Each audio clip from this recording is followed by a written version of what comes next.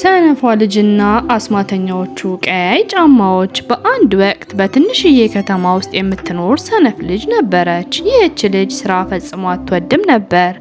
ነገር ግን ሙሉ ቀን ከመስታወት ፊት ለፊት ቁጭ ብላ ታልም ነበር። ሁልጊዜ ያረጁ ልብሶቿን እያየች ታማራለች። ነገር ግን አዲስ ለመግዛት ሞክራም አታውቅም ነበር። አንድ ቀን ሰነፏ ልጅ ወደ ገበያ እየሄደች በሱቆች መስኮት በኩል ስታልፍ ካረን ከምትባል ልጅ ጋር ተጋጭታ ሁለቱም ወደቁ። በተመሳሳይ ሰዓት የሰነፏ ልጅ ዓይን በካረን የሚያብረቀርቁ ቀይ ጫማዎች ላይ አረፉ። እኒህ ጫማዎች እንዲኖሯት የምታለማቸው አይነት ነበሩ። ጫማዎችን በጣም ወድጃቸዋለሁ። እውነት? አመሰግናለሁ። እኔ በጣም ጥሩ እንደሆኑ አስባለሁ። ከየት ነው የገዛሻቸው? ጫማዎቹ የተለዩና ለኔ ተብሎ የተዘጋጁ ናቸው። ይህንን ስትሰማ ሰነፏ ልጅ በጣም አዘነች። ነገር ግን 3 ከረጢት ወርቅ ካመጣሽልኝ እሰጥሻለሁ። ሰነፏ ልጅ በካረን ሀሳብ ተስማምታ ሀብታም እንደሆነችም ነግራት ሄደች። ነገር ግን ያንን ያህል ወርቅ አልነበራትም ነበር። ምንም ስራ ሰርታ ማታውቀው ሰነፍ ልጅ በሚቀጥለው ቀን ዳቦ መጋገሪያ ውስጥ ስራ አገኘች። ዳቦ ጋጋሪው 10 ፍሬ ዳቦዎች ጋግራ ዳቦ ማስቀመጫ ቅርጫቶች ውስጥ እንድታስቀምጥ ነገራት። ሰነፏ ልጅ በድካም ማቡካትና ማዘጋጀት ጀመረች። ወዲያውም ተሰላችታ ነበር። ሁለተኛ ዳቦዋን እንደጋገረች ይህ ስራ ለኔ አልተፈጠረም፣ እየቆሸሽኩ ነው። ከዚያም የወረቀት ከረጢቶችን በማስቀመጥ ቅርጫቶች ውስጥ ከተተቻቸው። ከላይ ደግሞ የሰራቻቸውን 3 ፍሬ ዳቦዎች አስቀመጠች። ሁሉንም ሰርታ እንደጨረሰች በማስመሰል በዚህ አጭር ጊዜ ውስጥ ሰርተሽ ጨረሽ፣ ጎበዝ! ይኸው 1 ከረጢት ወርቅ። ሰነፏ ልጅ የወርቅ ከረጢቱን ይዛ እየሮጠች ወደ ቤቷ ሄደች። ወደዛ ሱቅም ተመልሳ አልሄደችም። 2 ከረጢት ወርቅ ነው የቀረኝ። እሱን እንዳገኘው ጫማው የኔ ይሆናል። በሚቀጥለው ቀን ሰነፏ ልጅ ፍራፍሬ መሸጫ ውስጥ ስራ አገኘች። ፍራፍሬ ሻጩ የተበላሹ ፍሬዎችን እንድታስወግድ ነገራት። ነገር ግን ሰነፏ ልጅ መንካት አልፈለገችም ነበር። የተበላሹ ፍራፍሬዎች ጥፍሬን ያበላሹብኛል። ፍራፍሬ ሻጩ ሲመለስ ሰነፏ ልጅ የተበላሹ ፍሬዎቹን እዛው ከታች እንደተቀመጡ ሳትነካቸው ከላይ ጤናማ ፍሬዎች እንደደራ ጠበቀችው። እንዴት እንደዚህ በጥራት አስተካክለሽ ጨረሽ? ጎበዝ! ይኸው 1 ከረጢት ወርቅ ላንቺ። ሰነፏ ልጅ ወርቁን ተቀብላ እየሮጠች ወደ ቤቷ ሄደች። ተመልሳም ወደዛ መሸጫ አልሄደችም። አሁን 1 ወርቅ ከረጢት ብቻ ነው የቀረኝ። ሰነፏ ልጅ በጣም ደክሟት ደብሯትም ስለነበር በመስኮት በኩል እያለመች እንቅልፍ ጣላት። በአንድ ድግስ ላይ እነዚያን ቀያይ ጫማዎች ለብሳ ስትደንስ ነው ያለመችው።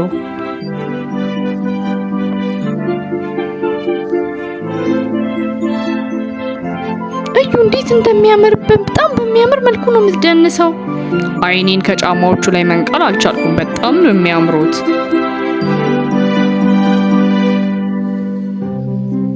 ሰነፏ ልጅ ወዲያው ከእንቅልፏ ነቃች። አሁን 1 ተጨማሪ ሰው ማታለል አለብኝና ሌላ 1 ተጨማሪ ወርቅ ከረጢት ያስፈልገኛል። ወዲያው ወደ ገበያ ሄደች። በዛ ጊዜ ስፌት ቤት ስራ አገኘች። ሰፊዋም ቀሚሶችን በተመሳሳይ ቀለም እንድትሰፋ ነገረቻት። ነገር ግን ሰነፏ ልጅ ያገኘችውን ቀለም ተጠቅማ ልትሰፋ ሞከረች። ነገር ግን መስፋት አልቻለችም።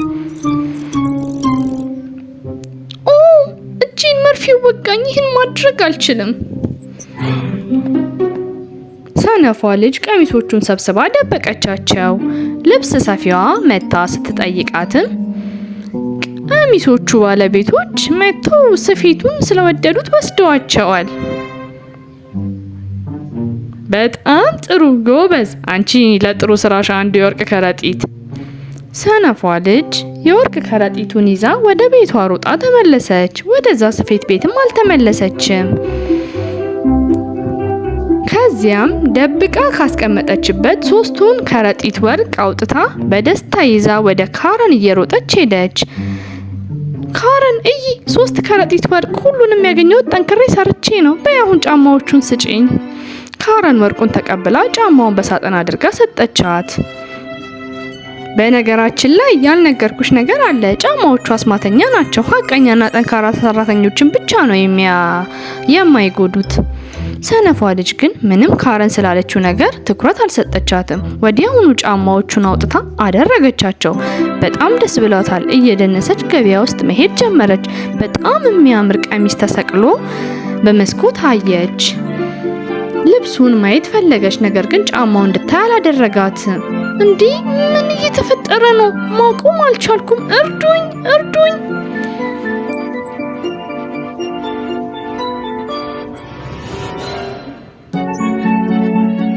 ሁሉም ባዛሩ ውስጥ ያለው ሰው በምትጨፍረውና በምትዘለዋ ሰነፍ ልጅ በግርምት እያያት ነው። ዳቦ ጋጋሪው ተመልከቱ፣ ያቺ ያጭበረበረችን ልጅ አይደለች እንዴ? ፍራፍሬ ሻጩም አዎ ራሷ ናት። ሰፊያ ያቺ ልጅ እኔንም አጭበርብራኛለች። ጫማዎቹ ሰነፏ ልጅ ገበያ ውስጥ ለሰዓታት እንድትደንስ አደረጓት። የልጅቷ እግር አበጠ። እናም በህመም ብዛት ማልቀስ ጀመረች። እርዱኝ፣ እግሬም በጣም እያመመኝ ነው። ቃል እገባለሁ፣ ታማኝና ጠንካራ ሰራተኛ ሆናለሁ ካሁን በኋላ። ዳቦ ጋጋሪው፣ ፍራፍሬ ሻጩና ልብስ ሰፊዋ ለሰነፏ ልጅ አዘኑላትና ልጅቷን ለመደገፍ ሮጠው ያዟትና ጫማውን አወለቁላት። ከዚያም አስማተኛ ጫማዎቹ እየደነሱ በራሳቸው ሄዱ። ምንም እንኳን በዋሻችሁ፣ ምንም እንኳን በትክክል ባልሰራም ይህን እያወቃችሁ ስለረዳችሁኝ አመሰግናለሁ። ከዛን ቀን በኋላ ሰነፏን ልጅ ማንም ሰነፍ ልጅ ብሎ ጠርቷት አያውቅም። ምክንያቱም ወርቁን የምታገኘው ሳትሰንፍና በታማኝነት ያገኘችውን ስራ ሰርታ ነው። እና ለራሷ አዲስ ልብስና በጣም የወደደቻቸውን ጥንድ ጫማዎች ገዛች። ብቸኛው የዚህ ጫማ አስማት ምንም ሳይሆን በሐቀኝነት የማግኘት ደስታ ነው።